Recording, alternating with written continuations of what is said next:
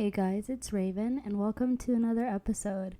Today I'm in a quite pensive and reflective mood, and I actually just got back from the library, and I wanted to tell you guys the books that I'm reading. I'm going to be reading The Song of Achilles by Madeline Miller and The Bell Jar by Sylvia Plath, of course. I've been wanting to read this book for so long, and I just picked it up. And this book called Black Karma by Thatcher Robinson. So if you want to read along with me, you should do that. And the reason I'm bringing this up is the way that I started reading is because of treatment. And that is today's topic is my times in Grippy Sock jail. And fun fact, my first time in Grippy Sock jail was not for my eating disorder. It was for depression. I actually went to Grippy Sock jail when I was like 14 I think 14. Your girl was going through it. I'm a complicated person. What can I say? We got the triple whammy of depression, anxiety, and an eating disorder. And these days, I don't really think I have any of them, except maybe anxiety. They come in and out. We have periods of remission, and we have periods where, they just pop up because of life. But that's why we have maintenance care, and we go back to therapy when necessary. So I wanted to talk about this because treatment is a very not talked about subject, and it's very daunting when you're going through it and you're a parent or you're going through it yourself and you're trying to decide, should I put myself in treatment? What type of treatment should I go through? All of that stuff. What will it look like? What's going on? It's very, very scary. It's like I'm going to be in Grippy Sock jail. So what happens? So there's multiple types of treatment for eating disorders, and I'm going to talk about all of them because I've been through all of them. So we start out with inpatient. And inpatient is what you would think of as Grippy Sock jail. You have no devices. You have no access to anything that's like metal or whatever. You have no ties on your shoes, no ties on your pants, no ties on your hoodies. You're monitored all the time. You have a roommate. The shower heads are weird because they don't want you doing things to yourself. The shower curtains are weird. Everything is weird. It's very hospital-like. You have people monitoring you in the middle of the night. They come and check on you. Imagine the silent patient. It's kind of giving The Silent Patient if you read that book. And then we have PHP, which is partial hospitalization, which is where you go, I think every day of the week, if I remember correctly, like even the weekends, and you go from like 9 to 5, and then after treatment, you go home. And so the last thing you do usually at PHP is you have dinner at the treatment facility, and then you go home and you have like your night snack. You go in the day and then go home at night. IOP is where you go like 3 to 5 times a week, but they gradually put you down to before you get discharged from the treatment center. And so you go in the day and then you go home at night. And so a lot of people actually go to school and IOP. So they'll do like half school, half IOP. So like 2 to 3 days school or whatever. And then you have outpatient treatment, which is, when you're just seeing your therapist, twice a week, every other week, whatever that is. And then I recommend that, like, if you're dealing with the eating disorder, you have an eating disorder focused dietitian and a psychiatrist. You have like a treatment team that sort of mimics the treatment team you have inside of a treatment center. And there's also residential, which is where you live in a facility. And so I lived in a residential facility for about a month. And these are like pretty big campuses. And most of the time they encompass not only like an eating disorder thing, but they also have people who are seeking other types of treatment. So now you may be asking, what does a typical day look like in a person's life who's in a treatment center? So what usually happens is that you wake up or you arrive to treatment, and the first thing you always do is get your vitals taken. So you get weighed, you get your blood pressure taken. They may do like an orthostatics test on you, which is where they have you like lie down, sit up, and see how your blood pressure changes. Some people may have like EKGs done, all of that stuff. And then you get like your plan for the day. So you may be having your meeting with your psychiatrist, your therapist, your case manager, your dietitian. And with each of those appointments, you'll go over, the plan for while you're in treatment and, the likelihood of you getting out and when you'll get out and what you need to do to get out, basically. And you'll have your different groups throughout the day. So there's a lot of different groups. There's art therapy groups, there's cognitive behavioral therapy groups, there's dialectical behavioral therapy groups, there's meditation groups, yoga groups. So many different types of groups. But the most important and most daunting part of the day are your meals. So what happens is you sit down, and usually at the beginning of the week, you'll fill out these sheets deciding what you want. And, there's limited options, right? But also you have to follow your meal plan. So meal plans are often structured as in like you need to choose 1 protein, you need to choose 2 carbohydrates, you need to choose 1 fat, you need to choose blah blah blah.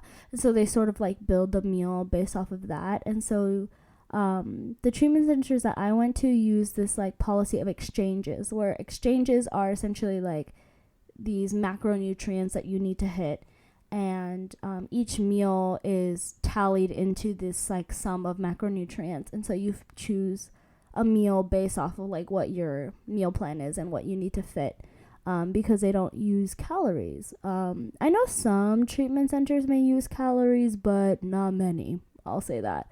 And so you sit down at your meal and you're sitting at a table with a bunch of other people who also have eating disorders, and y'all are just eating, and they're staff. So staff sit at every meal, and what they do is they're checking in on your behaviors. So some behaviors they're watching out for is like how much you fidget. So like fidgeting is a very common way that people like burn calories, quote unquote, with their eating disorder. They'll like shake their leg or whatever. They'll do these nervous habits, or they'll like body check, or they'll push their food around, they'll just stare at their food. They'll do different things to their food so that they don't have to eat it. They'll try to like do all of these different things so that they don't have to eat. And so the staff will watch for these behaviors and call you out and stop you from doing them. Or if they notice you're not taking a bite, they'll encourage you to take a bite. Or if you're having like panic, they'll help you through those like moments of panic. But most of the time they're not doing that. Like they'll call out a behavior and you'll fix it, and so they'll move on. But a lot of what we do is we play like these like fun games. And so we'll do like these word association games, these vocabulary games, we'll do like math games, random things. And, it was more fun the older I got, because then the games got harder. And I liked competing with my like fellow people with eating disorders. And in a lot of treatment centers, there's people with all types of eating disorders altogether. So there's people with bulimia, anorexia, ARFID, orthorexia, things like that. It was quite interesting because, eating disorders are a disorder of comparison. So there was a lot of comparison happening, and some people have outbursts, and I think everyone's in a volatile mood. We're not necessarily the most stable people in the world. So when someone's having a bad day, all of us are having a bad day. There's a lot of drama, things like that. But there's also a lot of room for community, because this is oftentimes like the only place you'll be that is really quote unquote safe for eating disorders. Like we're all very careful of our language, very careful of what we say. We don't make comments on other people's bodies, things like that. Versus in the outside world, you never control what people think. You have the outside media influencing you. And so it's sort of this like echo chamber of eating disorder, both good and bad, which is quite interesting. And I think a lot of people get stuck in this like echo chamber of eating disorders and the comfort of them. And it can be really hard to get out, because the real world is scary. It's a very scary place. But yeah, it has good times and bad times. I would say that, in residential, it probably was like giving the most like we are in an eating disorder place, because we were living there. You know what I mean? Like they watch the movies that we watch to make sure that they don't have any triggering material. All of the activities are like tangentially, at the least, recovery focused. We're all very conscious. But you do build really, really, really strong relationships, because you're going through a really hard time together. And like I actually have a tattoo because of like, friends that I've made there, and I still keep in touch with friends from the different treatment centers I've been in. And yeah, it's all about finding your people and trying to stay away from those who are not recovery focused, because it can get kind of bad with that sort of thing. And eating disorder treatment centers are not always sad. They do have fun times. Like, I remember I was in treatment and a girl was going to miss her prom, and so we created a hospital prom. We made her her prom dress out of like those gowns, like hospital gown material, and we made her a paper crown, and of course she was prom queen. And we had a very short dance session because we're not really allowed to dance, because that's that's a lot of movement. And we popped some apple juice at midnight on New Year's. They try to really make it like festive. We have like Christmas activities, different sorts of things, and they have a lot of resources, to help you deal with the fact that you're missing out on a lot of stuff. And I think the staff, put a lot of effort into trying to make it feel more comfortable. I would say the most uncomfortable form of treatment is inpatient, because that's when you're in like a literal hospital. Some of these a lot of these treatment centers, other than inpatient, are not in hospitals. They're in like private facilities, but like inpatient's in like a hospital ward. And so it feels a lot more clinical. It feels a lot more cold, a little scarier.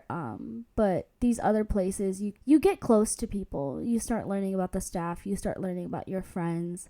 The lower levels of treatment you go to, the more you're able to integrate your real life into treatment. And it's like a gradual thing. You're supposed to gradually go from like inpatient to PHP to IOP to outpatient. You're not supposed to like go from one to the other. So it's supposed to be this gradual movement through the different types of treatment. So getting out of treatment isn't as scary. One thing I wanted to point out is that, during my times in treatment, there were so many different types of people, especially when I was in as an adult. Disclaimer, I was in most of these treatment centers, actually all of them except one, as a minor. So the experience is quite different. When I was an adult, there were so many people of different ages, of different backgrounds, different everything. And I think it just shows like the diversity of eating disorders, and that like, it is a real thing that people struggle with for a very long time. Like, there was a woman in her 60s, and she's been dealing with the eating disorder for most of her life. And so, I think it really shows, that it is such a serious disorder and that it should be addressed. It's not like a monolithic population whatsoever. More about the cycle of treatment. I think it's very easy to get stuck because, as I said, like, it's comfortable in a way. What's happening, what's going on. You feel safe, you feel protected because everyone's looking out for your disorder. But when you go out into the real world, it's like, oh, now I have to go to the grocery store. Oh my gosh, now I have to pick out what I'm going to eat rather than like choosing from this sheet. I can't just walk down the hall and see my therapist or my dietitian whenever I want. And that can be like a really scary thing to transition to, but it is worth it. And a thing I wanted to point out is that for me, treatment was really helpful in the sense that, like, I think I would have died if I wasn't put in a treatment facility. You know what I mean? Like, I was getting force-fed Cheerios type of ish, I needed to be put down. I needed to be locked down. I needed to be strapped into my bed. But I think that for my actual healing process, the way that treatment works and like the group therapy and stuff wasn't necessarily for me. Like, I felt like I really needed like an individualized way of treatment. I thought a little bit differently. I was very defiant. Like, only one therapist was ever really able to break through to me, and she really held me down all those years. And I didn't find her through treatment. I found her like outside. And so I think it's very much like you have to try different treatment centers. You have to look into the different treatment centers and the way that they go through treatment, because not every facility is the same. Not every facility has like the same groups and whatnot. And another thing I wanted to acknowledge is that going to treatment is a privilege. It's a very, very expensive it's very, very expensive. Like, I think that for residential, it was like $1,000 a day. And my mama was not paying for that out of pocket. She had insurance. So look into your insurance policies if you're sick before you go to treatment. But I think if you want to go treatment and if you need to go to treatment, but you're unable to afford it, I think looking into their ways, like their programming, and trying to reflect that through like your outpatient therapist. So if you think that CBT will be very, very helpful, see an outpatient therapist that does CBT, and that will dramatically decrease the cost. You know what I mean? You know, look into different insurance plans that might cover your therapist, your dietitian, things like that. But again, like receiving treatment it's a very, very financially stressful thing, and luckily my mom had the insurance to be able to cover it, but she still had to cover like my outpatient dietitian from pocket, like out of pocket. And like I just want to acknowledge that, and not everyone is going to be able to go to treatment. So I think like looking into online support groups, you know, listening to this podcast, shout out to me, and you know, you can look up these therapy modalities, you can look up these coping mechanisms online, and you know, try to work through them yourself, or you know, do workbooks. You know, most people do not only go to treatment once and they're good forever. Like a lot of people go to treatment over and over again, and that does not mean you're failing. It's just a very, very hard disorder to deal with. Like eating disorders take years to recover from, so try not to be hard on yourself. And I think that a really important piece is trying to build a support network outside of treatment to, you know, keep you grounded, and to make sure you don't get stuck in that like cycle of treatment, and that you have a life that you want to go back to. Treatment can be very daunting, but I swear it's not as daunting as you may think it is. It's not. It's a place where you can really address how you're feeling, and it's really nice to be able to take out the distractions from the outside world, like not have social media in your ear all the time, and to really be able to just like think. And I think that there are very few places where you're just able to think and just work through shit, escape the real world. I learned a lot of valuable coping mechanisms, it gave me a lot of the emotional support that I was missing. And I was able to work through a lot of things that I don't think I could have done on my own. Let me tell you a couple of my funny challenges that I had to do. So a big thing that I did in treatment was systematic desensitization. I think I talked about this before in my previous episode. And like I had to do a challenge with a specific food. I don't know if I should name it because it is a food that like a lot of people get triggered by. But so basically I had stopped eating this food because of my previous experience with it. And I had to eat like 6 of this item. And I took like 3 hours to eat these 6 things. And I was like crying my eyes out like every second. And like, imagine the patients. Like my mom never would have sat with me and done that. But like, you know, the staff did. And they worked through it with me. And now I can eat that item no problem. Like I don't even think about it. But people do not have the time to be sitting there with you for 3 hours waiting for you to eat these goddamn 6 items, you know? So, you know, I think those are the types of things that treatment is very helpful for. Like, if you don't have a lot of, like, familial support, I think that treatment is great. If you don't have a lot of emotional support, I think that treatment is great. Like, it's a very, like, choose your own adventure sort of thing, and treatment is not going to be the best option for everyone. Some people are going to do well in that facility and some people are not, and you just have to go on your own path and do what's right for you. So I hope that this episode was helpful, and I'm very excited for our next episode. It's with my friend Maya as a little teaser, so I hope you guys check it out. And I wanted to start plugging my social media and my email and all of that. So if you're interested in being a guest, you can email me at tmbtmibut@gmail.com. That's tmbtmibut@gmail.com. And follow us on Instagram at tmb_tmi_but on Instagram. Or you can follow my personal, which is raven.foster.